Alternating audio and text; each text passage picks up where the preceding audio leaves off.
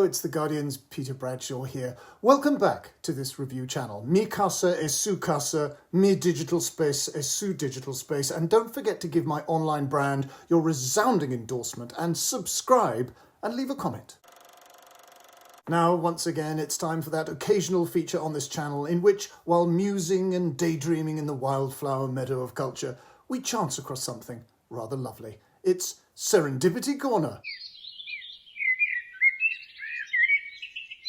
Next week at Oxford's Ultimate Picture Palace, as part of its Antifa on-screen anti-fascist cinema classic season, I shall be introducing Bernardo Bertolucci's deeply strange and compelling film, The Conformist, from 1970, adapted by him from the novel by Alberto Moravia. An intense, buttoned-up young man called Marcello Clerici, played by Jean-Louis Trintignant, joins the fascists in Mussolini's Italy in the 1930s from a profound and troubled need to conform, to fit in, to be just like everyone else. But this is not exactly the violently ecstatic submission to the crowd that other fascists might conceivably be seeking. Rather, it's a yearning for self-effacement, invisibility, that originates from an episode in his childhood in which he was sexually molested by a chauffeur, an episode which ended in a bizarre moment of ambiguous violence.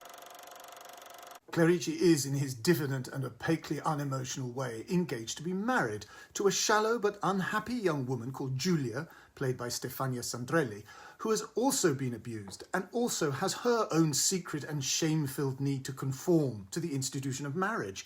And to show his utter submission to the fascist cause, Clerici approaches the fascist government officials and offers to assassinate a prominent Italian anti-fascist intellectual exiled in France called Quadri, played by Enzio Tarascio, because this man used to be Clerici's PhD supervisor, and he is confident that he can get close to him. And incredibly, he proposes to do this on his Paris honeymoon. A brilliant cover, certainly, but he's prepared to sacrifice and cheapen the most intimate time in his life for this sordid homicide which may not even be of all that much use to the Mussolini regime. But it is while they are in Paris that both Marcello and Giulia are sexually attracted to Quadri's glamorous wife, Anna, played by Dominique Sanda. Sono indegna di te. Sì, sono indegna di te. Se parli così sembri tua madre.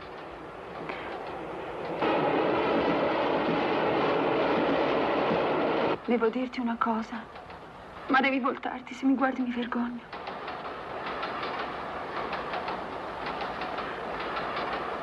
Forse dopo non mi amerai più, ma io devo dirtelo.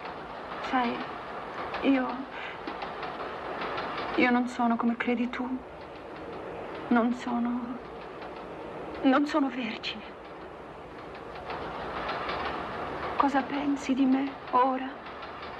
T'ho sposata perché ti amavo, non perché eri vergine. Caro, io lo so che tu hai una mentalità moderna, ma io ho voluto dirtelo lo stesso. Ho dimenticato di avvertirti che a 20 miglia scendiamo a un appuntamento. Ma io devo dirti tutto.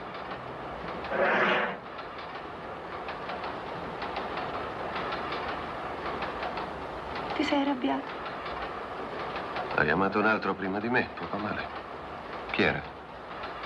Un uomo di 60 anni, un vecchio disgustoso. Era un amico di famiglia. Chi è? L'avvocato Perpuzio. Perpuzio? Ma era uno dei testimoni. Ha insistito tanto. Come faceva a dire di no?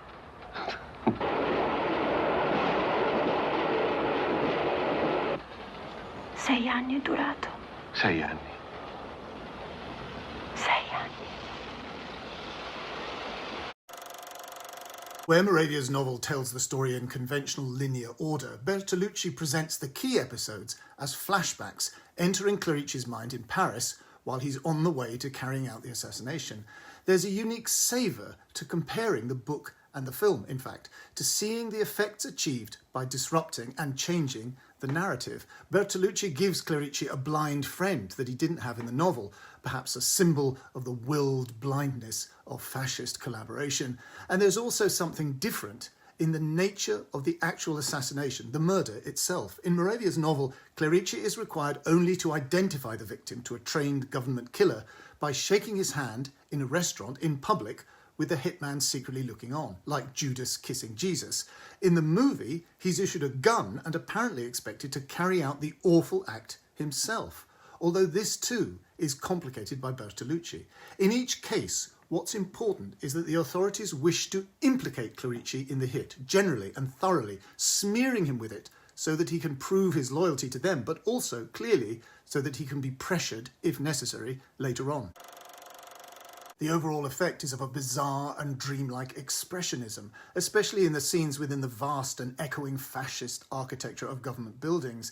And there's also something of Kafka's The Trial in the weird coup de grace at the very end. Clerici's stricken and self-hating hitman in his snap-brimmed hat and coat very possibly influenced the killings in Coppola's Godfather movies, and the dreamlike confession scene may very well remind you of the baptismal sequences in the first Godfather. But there's something else too. Bertolucci's The Conformist is part of a strange and revealing and distinctive current in European cinema of that time. Perhaps a key text, in fact, and that is, it's a film about the sexual dimension of fascism, the sexual explanation of fascism, or non-explanation, dramatising an element of the furtive or not so furtive, compulsive and transgressively erotic psychopathy or decadence, which leads to fascism, or is fascism. It's very late 60s and 70s. The Conformist can be grouped together with Visconti's The Damned, Bob Fosse's Cabaret, Pasolini's Salo 120 Days of Sodom, and Liane Cavani's The Night Porter. Dominique Sonder's presence also puts me in mind just a little of The Garden of the Finzi Continis, which is not so very far from this connection. This is not how we tend to see fascism now, and it's a reflex which feels of its time. And yet perhaps this surreal, almost hallucinatory sexuality is a symptom of the shame of fascism.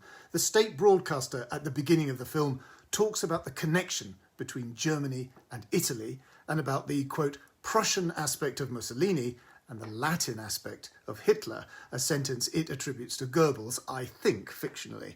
But Germany submitted to a fascism and was then defeated in 1945. Italy submitted to a fascism which was then defeated with Mussolini's dismissal in 1943, and then submitted in 1943 to someone else's fascism, Germany's fascism, with Mussolini reinstalled as a puppet fascist. A double shame. And Bertolucci's movie, doing its bit to process these memories, appeared just 25 years after the war's end. Morelia's novel in 1951, just 6 years afterward.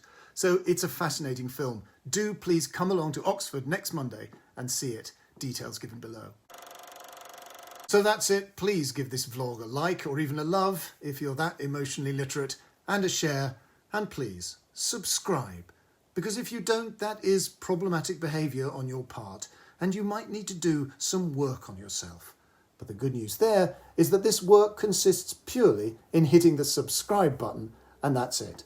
And please, buy my book, The Body in the Mobile Library and Other Stories. Details given below. See you next time!